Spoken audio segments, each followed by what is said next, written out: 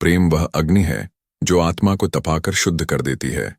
यह कहानी है रानी पद्मावती की, जिनके रूप की चर्चा समस्त भारत में थी, परंतु इससे भी अधिक गूंजता था उनका प्रेम राजा रतन सिंह के लिए। यह प्रेम सिर्फ रूप या आकर्षण का नहीं था, यह था आत्मा से आत्मा का बंधन।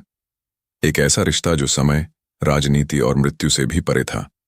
बहुत समय पहले सिंहल, आज का श्रीलंका, में एक अपूर्व सुंदरी जन्मी, पद्मावती। उसके रूप की चर्चा समुद्र पार तक फैल गई थी। पर वह केवल सुंदर ही नहीं थी, बुद्धिमती, धनुर्विद्या, शास्त्र और संगीत में भी निपुण थी। पद्मावती की आंखों में एक अलग ही चमक थी, जैसे उसमें कोई अधूरी कहानी छुपी हो।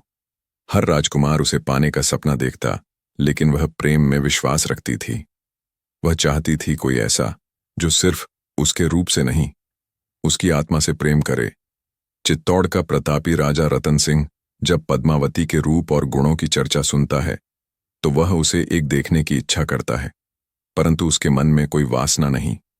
एक सम्मान था उस नारी के लिए। वह एक तपस्वी की भांति सिंहल पहुंचता है और एक घटना के द्वारा उनका सामना होता है। पद्मावती को रतन सिंह में कुछ अलग नजर आता है। उनके बीच पहली बातचीत एक उपवन में होती है, जहां फूलों की खुशबू, पत्तों की सरसराहट और मधुर हवा के बीच उनकी आत्माएं पहली बार एक दूसरे को महसूस करती हैं। राजन, पद्मावती मुस्कुराई, क्या आप सच में मुझसे मिलने इतने दूर आए हैं? मैं तुमसे मिलने नहीं, खुद को खोजने आया हूं, रतन सिंह ने उत्तर दिया। उस एक पल में दोनों के बीच कुछ टूटता है और कुछ जुड़ता है। प्रेम का एक अदृश्य धागा बंधता है। पद्मावती रतन सिंह से विवाह कर चित्तौड़ आती है। महल के गलियारों में उसकी हंसी गूंजती है और रतन सिंह की आंखों में केवल पद्मावती ही होती है। वे दोनों एक दूसरे के बिना अधूरे थे, जैसे चांद और उसकी चांदनी। रोज सुबह वे किले की छत पर साथ बैठते, सूरज को उगते देखते। रतन, पद्मावती कहती, क्या प्रेम का कोई अंत होता है? नहीं पद्मा, जब प्रेम सच्चा हो तो अंत नहीं, अमृता होती है। उनका प्रेम गहराता जाता है। वह अब केवल राजा और रानी नहीं, दो आत्माएं थीं जो एक दूसरे में समा चुकी थीं। दिल्ली का सुल्तान अलाउद्दीन खिलजी जब पद्मावती की सुंदरता और प्रेम की बात सुनता है तो उसके अंदर लालच और वासना की आग जल उठती है। वह चित्तौड़ पर चढ़ाई करता है, सिर्फ एक उद्देश्य से, पद्मावती को पाने के लिए।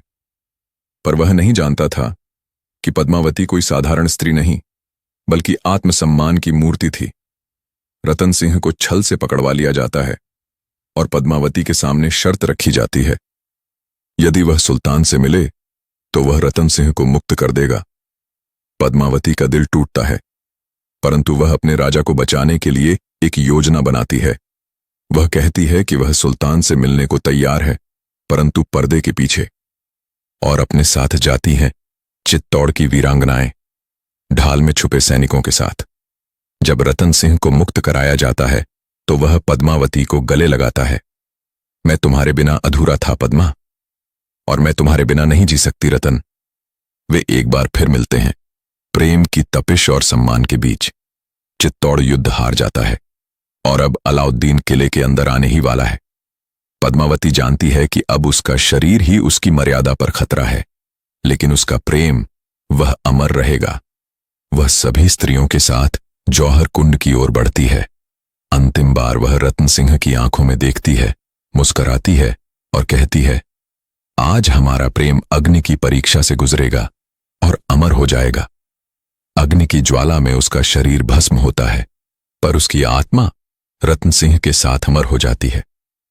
सदियों बाद भी जब चित्तौड़ के किले की दीवारों पर सूर्य की किरणें पड़ती हैं तो लगता है जैसे वहां पद्मावती और रतन सिंह की छाया अभी भी मौजूद है। उनका प्रेम न सिर्फ एक कहानी बना, बल्कि एक परंपरा, कि सच्चा प्रेम शरीर नहीं, आत्मा से होता है। वह अंत नहीं देखता, केवल अमृता पाता है। सच्चा प्रेम वो नहीं जो देह से जुड़ा हो, सच्चा प्रेम वो है जो आत्मा से आत्मा तक पहुंचता है, जो समय, मृत्यु और परिस्थितियों को भी पराजित कर दे।